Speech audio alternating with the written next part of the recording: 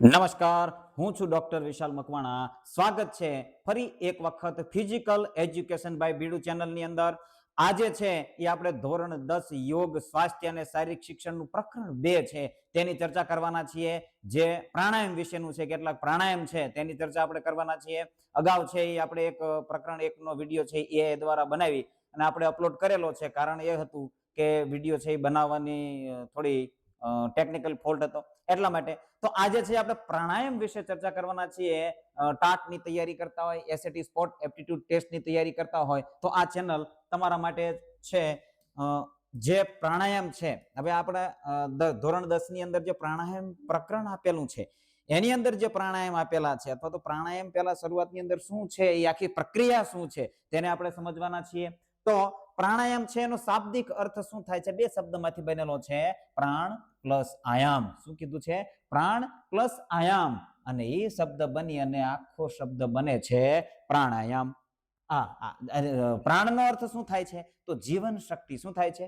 જીવન શક્તિ. પ્રાણ એટલે જીવન શક્તિ. પ્રાણ વાયુ, આવો શબ્દ સાંભળ્યો છે, જે પ્રાણ માટેનો વાયુ છે. એટલે પ્રાણ એટલે જીવનની એક શક્તિ, એને પ્રાણ કહેવાય છે. આયામ એટલે તેનો વિસ્તાર કરવો અથવા તો નિયંત્રણ કરવો. આયામનો અર્થ શું થાય છે? વિસ્તાર કરવો અથવા તો નિયંત્રણ કરવો. અને આખું પ્રાણાયામ ત્યારે બને છે જીવન શક્તિનો વિસ્તાર કરવો અથવા તો નિયંત્રણ કરવો, જેને પ્રાણાયામ કહેવાય છે. હવે એક વાક્ય આપેલું છે અહીંયા કે તસ્મિન સતી શ્વાસ પ્રશ્વાસ યોર ગતિ વિચ્છેદ. યોર ગતિ વિચ્છેદ એટલે પ્રાણાયામ. ગતિ છે શ્વાસોશ્વાસની, ક્રમિક ગતિ છે, એનો વિચ્છેદ કરવું એ પ્રાણાયામ છે. શ્વાસ અને પ્રશ્વાસની ગતિને રોકવી તે પ્રાણાયામ છે. જો એનો અર્થ આપેલો છે. હવે અહીંયા નીચે એના ફાયદા શું થાય છે? તો શારીરિક ઉર્જા તંત્ર પર હકારાત્મક, શારીરિક ઉર્જા તંત્ર છે, શારીરિક શક્તિ છે, એના ઉપર હકારાત્મક અસર થાય છે, પ્રભાવ પડે છે. મગજ આપ્યું છે એટલે એકાગ્રતામાં વધારો થાય છે. માનસિક રીતે પણ ઉપયોગી થાય છે પ્રાણાયામ. સ્મરણ શક્તિમાં વધારો થાય છે, મન શાંત થાય છે. સ્મરણ શક્તિ એટલે કે યાદ શક્તિમાં વધારો થાય છે. તો આવા કેટલાક ફાયદા થાય છે. અને પ્રાણાયામ એનો અર્થ શું છે એ પણ, હવે એની જે આખી પ્રક્રિયા શું છે, આખી સાયકલ શું છે, જો અહીંયા સર્ક્યુલર મોશન ની અંદર આપેલું છે. આખી સાયકલ થાય છે પ્રાણાયામની અંદર. કોઈ પણ પ્રાણાયામ લઈ લો, પ્રાણાયામના પ્રકાર અલગ અલગ છે, પરંતુ આ છે એની અંદર આખી પ્રોસેસ આ સાયકલ સ્વરૂપે હોતી હોય છે.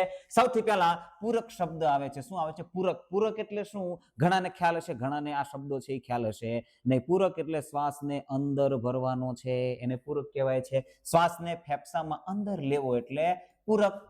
ત્યાર પછી શું? પૂરક શ્વાસને ફેફસાની અંદર ભરી લીધો છે, ત્યાર પછી શું કરવાનું છે? તો ત્યાર પછી કરવાનું છે અંતઃકુંભક. અંતઃ એટલે અંદર, યાદ રાખવાનું છે, અંદર. અંતઃ એટલે અંદરની બાજુ શ્વાસ ભર્યો છે. તો કુંભક એટલે શું? તો શ્વાસને શરીરની અંદર અંદર અંદર રોકી રાખવો, શ્વાસને રોકવો, જેને કુંભક કહેવાય. શ્વાસને રોકવાની ક્રિયાને કુંભક કહેવાય છે. કુંભક બે પ્રકારે કરવામાં આવે છે. જો અહીંયા સામાન્ય રીતે પાઠ્યપુસ્તકની અંદર પણ આપેલું હશે કે પ્રાણાયામ છે એની પ્રક્રિયા કેટલા પ્રકારની? ત્રણ પ્રકારની પ્રક્રિયા છે. પૂરક, બીજું આવે છે વચ્ચે શું આવે છે? કુંભક અને છેલ્લે આવે છે રેચક. ખ્યાલ આવે છે? હવે આ કુંભક બે પ્રકારના છે, આંતરકુંભક અને બાહ્ય કુંભક. શ્વાસને અંદર રોકી રાખો છો તો એને આંતરકુંભક કહેવાય છે. શ્વાસને બહાર રોકો છો તો એને બાહ્ય કુંભક. બંને કુંભક ઉપયોગી છે જો પ્રાણાયામની આખી સાયકલની અંદર. તો અહીંયા શ્વાસને આપણે પૂરક કર્યો છે, શ્વાસને ભર્યો છે, એટલે અંદર રોકી રાખવાની ક્રિયાને શું કહેવાય છે? અંતઃકુંભક. ત્યાર પછી શું કરવાનું છે? રેચકની ક્રિયા કરવાની. રેચક એટલે શું? શ્વાસને બહાર કાઢવાનો છે. હવે જે પ્રાણાયામના પ્રકાર છે એ અલગ અલગ રીતે કરવામાં આવે છે, એની અંદર આ સેમ પ્રક્રિયા રહેશે. પૂરક, રેચક, કુંભક અને રેચક. ખ્યાલ આવે છે? શ્વાસને ફેફસામાંથી બહાર કાઢવો, જેને રેચક કહેવામાં આવે છે. ત્યાર પછી કઈ પ્રોસેસ છે? તો રેચક ની ક્રિયા કરી શ્વાસને પૂરેપૂરો બહાર કાઢ્યો છે. હવે એને પાછો બહાર રોકવાની ક્રિયા છે બાહ્ય કુંભક થી આવશે. શ્વાસને બહાર કાઢીને ફેફસાને ખાલી રાખવાના છે, જ્યાં સુધી ટકી શકાય ત્યાં સુધી રોકી રાખવાના છે. જો બીજું આવર્તન તમે શરૂ કરો છો ત્યાં સુધી બાહ્ય કુંભક. પછી ફરીથી પ્રોસેસ ક્યાંથી ચાલુ થશે?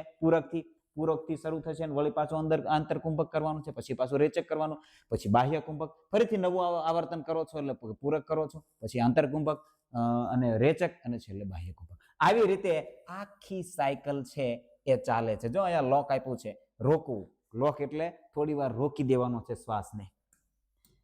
ચાલો, ત્યારબાદ હવે જે આવે છે કે ભાઈ પ્રાણાયામ કરવા છે તો ક્યારે કરવા, એમાં શું ધ્યાનમાં રાખવું, શું કઈ કઈ બાબતનું ધ્યાન રાખવું જોઈએ પ્રાણાયામ કરતી વખતે. તો હંમેશા ખાલી પેટે અભ્યાસ કરવાનો છે. શું કીધું છે? ભૂખ્યા પેટે પ્રાણાયામનો અભ્યાસ કરવાનો છે. ખુલ્લા, સ્વચ્છ અને હવા ઉજાસ વાળા સ્થળે બેસવાનું છે. ખુલ્લા સ્થળે બેસવાનું, ખુલ્લું હોય, હવા ઉજાસ વાળું સ્થળ હોય, સુંદર વાતાવરણ હોય, હવા ઉજાસ વાળું સ્વચ્છ વાતાવરણ હોય, સુંદર વાતાવરણ હોય, એવી જગ્યાએ તમારે પ્રાણાયામ કરવા બેસવાનું છે. સવારનો સમય સૌથી ઉત્તમ છે. જો પ્રાણાયામ કરી શકાય છે દરેક સમયે, પણ સૌથી ઉત્તમ સમય કયો છે? સવારનો સમય. સવારના પ્રાતઃ કાળની અંદર તમે ખૂબ જ સુંદર વાતાવરણ હોય છે, ઓક્સિજન વાયુ પણ હવામાં સૌથી વધારે સવારના પહોરમાં તમને જોવા મળતો હોય છે. તો ત્યારે આ પ્રાણાયામ છે એ કરવો ખૂબ જ ઉપયોગી છે. કુંભક પોતાની ક્ષમતા મુજબ જ કરવાનો છે. જો હવે કુંભક છે એ ધ્યાન રાખવાનું છે. કુંભક પોતાની ક્ષમતા મુજબ કરવાનો છે. કોઈ શિક્ષક બાળકને કરાવતો હોય તો બહુ ફોર્સથી નહીં, એ બાળકને એટલું કહેવાનું છે કે તમારાથી જ્યાં સુધી રોકાય ત્યાં સુધી શ્વાસને રોકી રાખો. ક્ષમતાથી વધારે એને રોકવાનો પ્રયાસ કરવાનો નથી, નહીતર ફાયદા કરતા નુકસાન વધી જશે. બળજબરી ન કરવાની. જો બળજબરી કરવાની નથી. યોગ્ય આસન લેવાનું છે. જો પ્રાણાયામ માટેના યોગ્ય ઘણા આસનો છે. પદ્માસન અહીંયા આપેલું છે, સિદ્ધાસન છે, સ્વસ્તિકાસન છે, સુખાસન છે, આ બધા એક પાદ પદ્માસન છે. આ રીતના ઘણા આસનો છે જેને પ્રાણાયામ માટેના આસન કહેવાય છે. ધ્યાનાત્મક આસનો, આવો આસનનો પ્રકારની અંદર તમે સાંભળ્યું હશે. ધ્યાનાત્મક આસનો છે જે પ્રાણાયામની અંદર ઉપયોગમાં લઈ શકાય છે. નોંધ શું છે? તો ધીરજ અને સાતત્ય એ પ્રાણાયામની ચાવી છે. જો પ્રાણાયામ છે એને જે એની પ્રક્રિયા છે એને સમજવાની છે, ધીરજ રાખવાની છે, કોઈ પણ પ્રકારની ઉતાવળ કરવાની નથી. અને ધીરજ છે અને સાતત્ય છે એ પ્રાણાયામની શું છે? ચાવી છે. પ્રાણાયામની ચાવી છે. હવે જે આવે છે જુદા જુદા પ્રાણાયામ જે આપણા અભ્યાસક્રમની અંદર, આપણા પાઠ્યપુસ્તકની અંદર પ્રકરણ 2 ની અંદર આપેલા છે. પ્રાણાયામની આપણે ચર્ચા કરવાના છીએ. આ સરસ મજાનું તમને ચિત્ર દેખાતું હશે. સૂર્ય નાડી છે, ચંદ્ર નાડી છે. આ બંને નાડીને આપણે સમજવાના છીએ. અંતઃકુંભક કરવામાં આવે છે. તો હવે સૂર્ય નાડી આપણા નસકોરા સાથે બે નાડી જોડાયેલી છે. એક આ જમણું નસકોરું છે અને એક ડાબું નસકોરું છે. જમણું નસકોરું છે એ બાજુ સૂર્ય નાડી છે એ જોડાયેલી છે, અને ડાબું નસકોરું છે ત્યાં ચંદ્ર નાડી જોડાયેલી છે. શું જોડાયેલું છે? ચંદ્ર નાડી. આ ખાસ યાદ રાખવાનું. જમણું નસકોરું સૂર્ય નાડી અને ડાબું નસકોરું ચંદ્ર નાડી. આટલું યાદ રાખવાનું એટલે બંને પ્રાણાયામ સમજાઈ જશે, એની પ્રક્રિયા પણ સમજાઈ જશે. જો હવે આ અહીંયા તમને એરો આમ આપ્યો છે અને આ બાજુ આપ્યો ચંદ્ર નાડીથી શ્વાસને બહાર કાઢવાનો છે, બહાર કાઢવાનો છે. હવે આ પ્રાણાયામ કયું છે એને આપણે સમજીને પછી પ્રાણાયામનું નામ લઈએ હો. અને જમણા નસકોરાથી શ્વાસ છે એને અંદર લેવાનો છે. સૂર્ય નાડી. જો હવે સૂર્ય નાડી છે, સૂર્ય નાડીથી એટલે કે જે નાડી દ્વારા શ્વાસને અંદર લઈએ છીએ એ મુજબનું કંઈક નામ આવે છે. અહીંયા જે આખી પ્રક્રિયા આપી છે એ પ્રાણાયામનું નામ છે સૂર્યભેદન. શું છે? સૂર્યભેદન. સૂર્યભેદન પ્રાણાયામ. હવે સૂર્ય નાડી દ્વારા શ્વાસને અંદર લેવાનો છે અને ચંદ્ર નાડી દ્વારા બહાર કાઢવાનો છે. ફરી સૂર્ય નાડી દ્વારા અંદર લેવાનો છે, ચંદ્ર નાડી દ્વારા બહાર કાઢવાનો છે, સૂર્ય નાડી દ્વારા અંદર લેવાનો છે, ચંદ્ર નાડી દ્વારા બહાર કાઢવાનો છે. આવી પ્રોસેસ છે કન્ટિન્યુ. એની અંદર પૂરક રેચક, પૂરક કુંભક અને રેચકની પ્રક્રિયા છે તો છે જ, ખ્યાલ આવે છે. એની સાથે જ પ્રાણાયામ કરવાનું છે.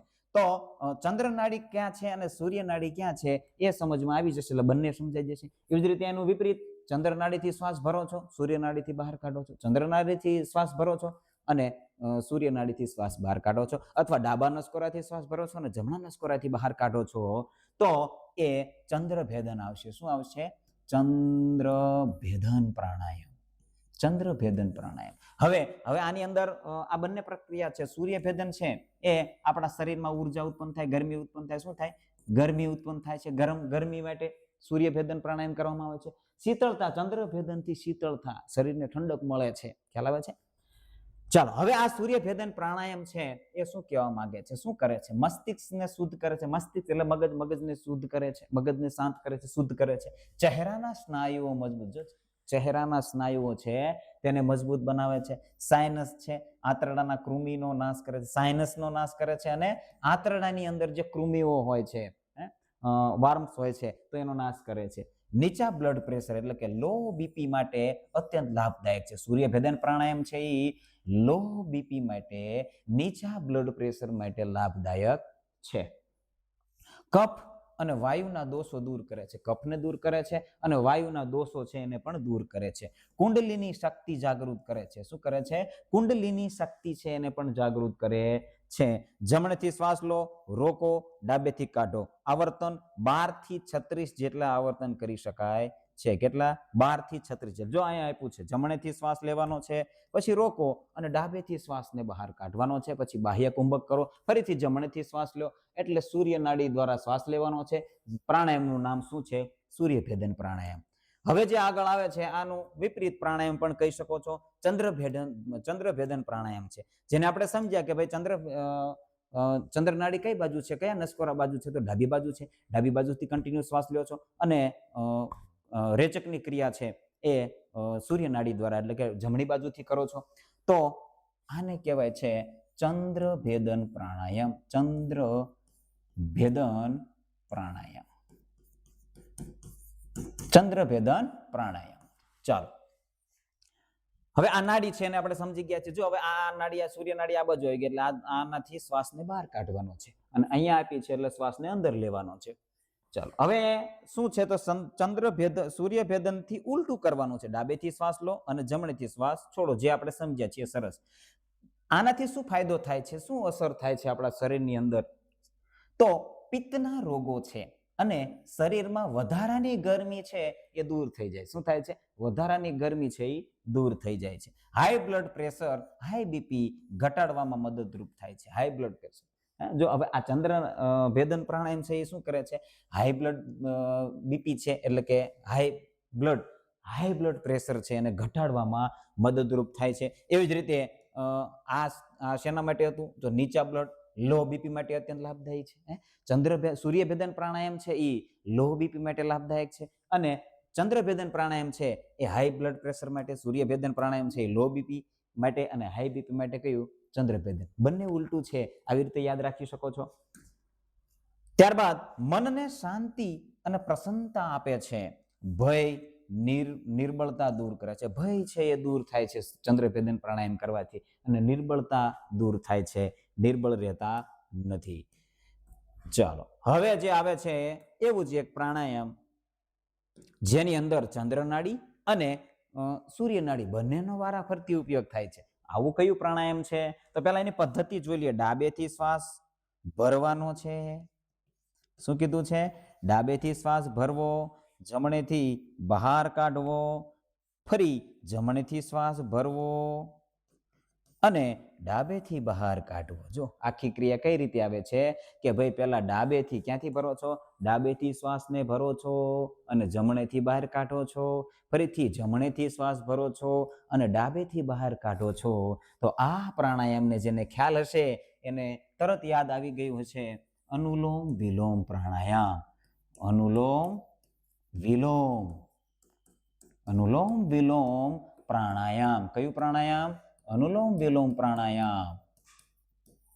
ચાલો, અનુલોમ વિલોમ પ્રાણાયામ આવશે કે ડાબેથી શ્વાસ ભરો છો, પછી જમણેથી શ્વાસ કાઢો છો, ફરી જમણેથી ભરો છો અને ફરી ડાબેથી શ્વાસ કાઢો છો. આખી આ એક પ્રક્રિયા એ એક અનુલોમ વિલોમની પ્રક્રિયા થઈ. તો હવે અનુલોમ વિલોમ પ્રાણાયામ દ્વારા શું અસર થાય છે? O2 એટલે ઓક્સિજન શરીરમાં પૂરતા પ્રમાણમાં ઓક્સિજન છે મળે છે. શું મળે છે? શરીરમાં પૂરતા પ્રમાણમાં શરીરને ઓક્સિજન મળે છે. હાઈ બીપી, લોહીનું ઊંચું દબાણ નિયંત્રિત થાય છે. જો હાઈ બીપી આની અંદર પણ આવ્યું છે, આગળ પણ હાઈ બીપી આવ્યું છે, લો બીપી પણ આવ્યું છે. લો બીપી શેની અંદર હતું? તો સૂર્યનાડીની અંદર, એટલે કે સૂર્યભેદન પ્રાણાયામની અંદર લો બીપીમાં ફાયદો થાય છે. ચંદ્રભેદન પ્રાણાયામ છે તો એની અંદર હાઈ બીપીમાં ફાયદો થાય છે. આ જે અનુલોમ વિલોમ છે એનાથી પણ હાઈ બીપી ને ફાયદો થાય છે. જો આ ફાયદા ના પ્રશ્નો પ્રિલિમની અંદર આવી શકે છે. અનુલોમ વિલોમ પ્રાણાયામ દ્વારા એકાગ્રતા, સ્મરણ શક્તિ અને આત્મબળમાં વધારો થાય છે. એકાગ્રતા, સ્મરણ શક્તિ અને આત્મબળમાં વધારો થાય છે. મન શાંત થાય છે અને સંતુલિત બને છે. મન છે એ શાંત થાય છે અને સંતુલિત પણ બને છે.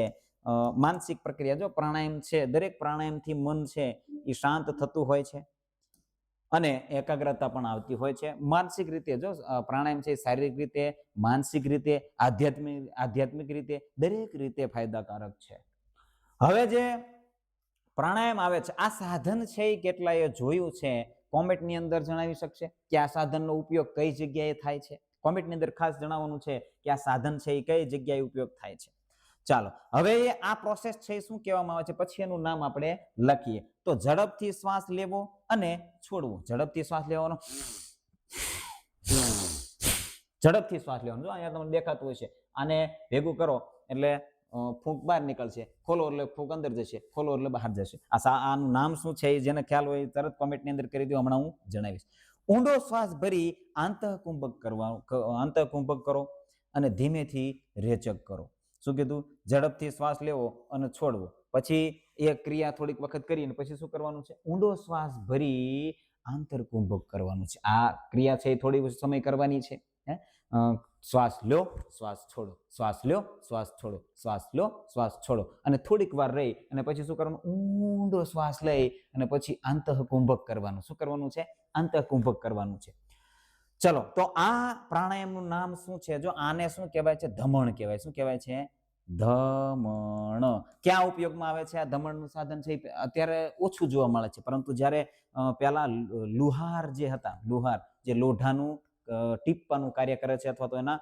સાધનો બનાવવાનું કાર્ય કરે છે તો એમની જે એની બનાવટ છે એની અંદર જે અગ્નિ ઉત્પન્ન કરે છે એને લોઢું છે એને ગરમ કરે છે તો એની અંદર આ છે એ ફૂંક મારવા માટેનું કાર્ય કરતું હતું હવે તો આધુનિકતા આવવાની સાથે ઇલેક્ટ્રિક બધું આવી ગયું છે એટલે આ ફૂંક મારવાનું કન્ટિન્યુ અથવા હાથ દ્વારા આવી રીતે લુહાર છે ઉપર દોરી બાંધી લેવાય અને ઉપર નીચે કરતા હોય અથવા પગ દ્વારા ઉપર નીચે કરતા હોય તો આ ધમણ છે અને ધમણ દ્વારા ફૂંક લાગે છે અને અગ્નિ છે એ ઝડપી એની અંદર ફૂંક લાગતી હોય છે અને અગ્નિ છે એ પ્રગટ થતી હોય છે જ્વાળા પ્રગટ થતી હોય છે તો આ આસનને પ્રાણાયામને કહેવાય છે ભ્રસ્ત્રિકા શું કહેવાય છે ભ્રસ્ત્રિકા પ્રાણાયામ ભ્રસ્ત્રિકા પ્રાણાયામ શું કહેવાય છે ભ્રસ્ત્રિકા પ્રાણાયામ કહેવાય છે ચાલો હવે આખી ક્રિયા સમજી ગયા છીએ કે ભાઈ ઝડપી શ્વાસ લેવાનો છે ઝડપી છોડવાનો છે ઝડપી શ્વાસ લેવાનો ઝડપી છોડવાનો ઝડપી શ્વાસ લેવાનો ઝડપી છોડવાનો અને પછી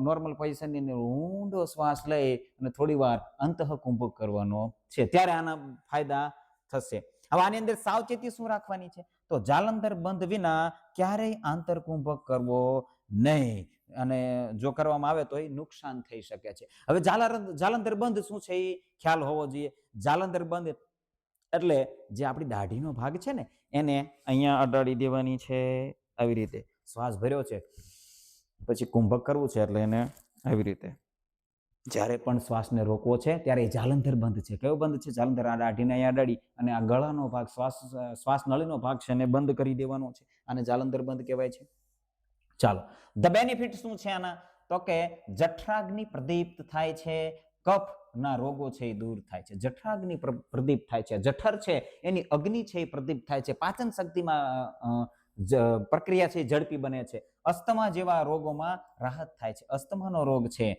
દમ અસ્થમાનો રોગ છે તો એને રાહત થાય છે હૃદયની નળીઓના બ્લોકેજ દૂર કરવામાં મદદરૂપ છે જો ભસ્ત્રિકા પ્રાણાયામ છે એ હૃદયની નળીઓ છે એ બ્લોકેજ થતી હોય અથવા તો બ્લોકેજ થવાની શરૂઆત થઈ હોય તો એને દૂર કરે છે એ છે એ દરેક કારણ કે જો શ્વાસ લેવાથી આખું બ્લડ સર્ક્યુલેશન પણ ઝડપી થશે હવે ઝડપી થવાથી બ્લોકેજ છે એ દૂર થશે એ નસો છે એની અંદરથી ઝડપી બ્લડ છે એ વહશે એટલે એની અંદર જે બ્લોકેજ જેવું હશે ત્યાંથી ઝડપથી લોહી વહેશે એટલે એ બ્લોકેજ છે એ દૂર થશે ઓટોમેટિક નસો છે એ અથવા તો નળી છે શિરાઓ છે ધમની છે એ ખુલી જશે હવે જે એક બીજું એવું જ એક પ્રાણાયામ આવે છે આ ચિત્ર જોઈ અને કોઈને ખ્યાલ આવ્યો હોય તો કોમેન્ટની અંદર જણાવી દો કે ભાઈ આ આવી રીતે પોઝિશન કરી અને કયું પ્રાણાયામ કરવામાં આવે છે ચલો એની પ્રક્રિયા શું છે એને પહેલા સમજી લઈએ જીભની નળી વાટે ફૂંફાડા જેવા અવાજ સાથે શ્વાસ લેવાનો જો આવી રીતે જીભને ગોળ વાળવાની કઈ રીતે જો આવી રીતે ઉપરની તરફ ગોળ જીભને વાળવાની છે અને ફૂંફાડા જેવા અવાજ સાથે શ્વાસને અંદર ભરવાનો જો ઝડપી ધીમે ધીમે નહીં ફૂંફાડો મારતા હોય સાપ કેમ ફૂંફાડો મારે એવી રીતે શ્વાસને અંદર ભરવાનો છે પછી અંદર રોકી રાખવાનો છે અને નસિકા દ્વાર દ્વારા બહાર કાઢવાનો જો હવે એ જે શ્વાસ ભર્યા પછી જીભને અંદર લઈ લેવાની છે શ્વાસ છે એને બહાર કાઢો છો ચાલો હવે આ જે પ્રાણાયામ છે એના બેનિફિટ શું છે ફાયદા શું છે તો શરીરને શીતળતા મળે છે અને તરસ છીપાવવા માટે આ જે પ્રાણાયામ છે એ ખૂબ ફાયદાકારક છે. જ્યારે ખૂબ તડકો હોય, ખૂબ તરસ લાગી હોય તો થોડો સમય માટે તમારી તરસ છે એ છીપાઈ જાય આ પ્રાણાયામ કરવાથી. તમે ટ્રાય કરશો તો પણ તમને ખ્યાલ આવશે કે ભાઈ ઠંડો હવા છે એ આપણા શરીરની અંદર જશે, શ્વાસ નળીની અંદર જશે. ઝડપથી શ્વાસ ભરવાનો છે અને પછી નાક દ્વારા શ્વાસને બહાર કાઢવાનો છે થોડી વાર કુંભક કર્યા પછી. ગળા અને બરોળના રોગ દૂર થાય. ગળાના રોગ હોય, બરોળના રોગ હોય, દૂર થાય છે. એસિડિટી અને પિત્તના રોગમાં રાહત થાય છે. એસિડિટી હોય, પિત્તનો રોગ હોય તો એની અંદર પણ રાહત થાય છે. ત્યારબાદ હવે જો બીજું એક ચિત્ર આવે છે અને આના ઉપરથી તમારે નામ કહેવાનું છે. ચલો આવી રીતે કયા પ્રાણાયામની અંદર પોઝિશન કરવામાં આવે છે તો જો અહીંયા આપ્યું છે સી કે શીત અવાજ આવે છે. કેવો અવાજ આવે છે? સી અથવા શીત જેવો અવાજ આવે છે. દાંત દબાવી રાખો, શીત અવાજ સાથે શ્વાસ ભરો અને પછી રોકો અને નાક વાટે બહાર કાઢો. શું કીધું છે? દાંત ખાલી માત્ર દાંત દબાવવાના નથી, જે અંદરની જીભ છે ને ઉપર તાળવે લગાડવાની. કઈ રીતે? અને પછી દાંતને બંધ કરી અને ઝડપી શ્વાસ લેવાનો છે.